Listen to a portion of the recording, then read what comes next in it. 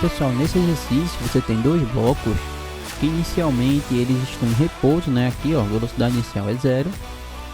E você tem uma força, né, que você aplicou aqui, e você vai soltar esses blocos, tá? Quando você soltar esses blocos, ele quer saber qual vai ser a tendência aí de movimento para onde esses blocos vão se deslocar após você soltá-los. Beleza?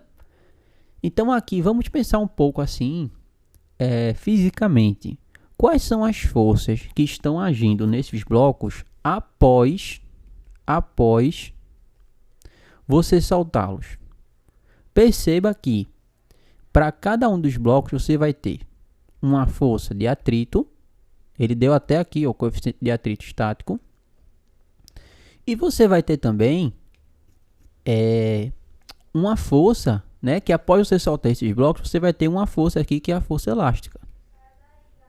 Tá? Então você vai ter essas duas forças que vão estar agindo nos blocos após você soltá-los. O que é que pode acontecer aqui? Quando você solta esses blocos, você vai ter uma dessas três condições. Ou a força elástica é igual a atrito, ou a força elástica é menor do que a força de atrito, ou a força elástica é maior do que a força de atrito. Você vai ter essa força elástica também em cada um dos blocos.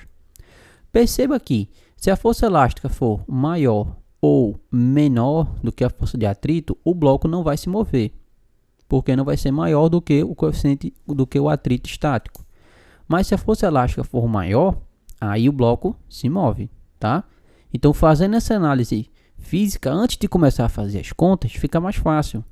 Então, agora pausa o vídeo, tenta resolver com essas dicas. Se você não conseguir, volta para cá, beleza?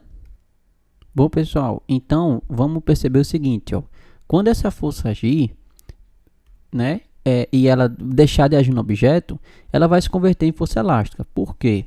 Para toda ação há uma reação de mesmo módulo e sentido oposto. Então essa força que vai reagir a essa força que eu estou aplicando após eu soltar o bloco é a força elástica, que vai ter o mesmo módulo dessa minha força aqui, tá?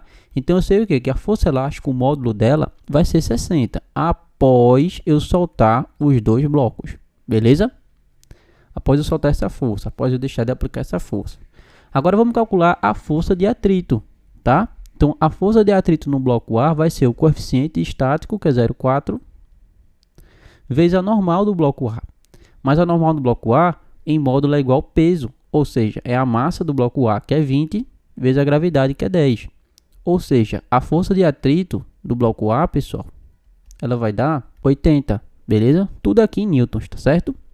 Enquanto que a força de atrito do bloco B, ela vai ser o coeficiente vezes a massa do bloco B, vezes a gravidade. Ou seja, a força de atrito do bloco B, ela vai ser 4 vezes 10, que dá 40. Então perceba uma coisa, ó. Essa força elástica, ela é menor, tá, do que a força de atrito do bloco A. O que é que isso aqui implica? Que o bloco A, ele vai ficar parado. Ele não vai se movimentar, beleza? Então, tudo que tem aqui que o bloco A vai se deslocar vai ser falso. Ó, A vai se deslocar, falso, A vai se deslocar, falso. Então, tanto a letra B quanto a C seriam falsas, não marcamos elas, tá? O A, na verdade, vai ficar em repouso, porque essa força não ultrapassou essa força de atrito estático para o bloco A se mover.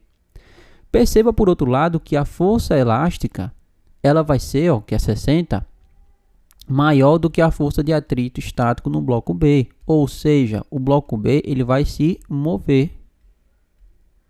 Então, o bloco B, ele se move, tá?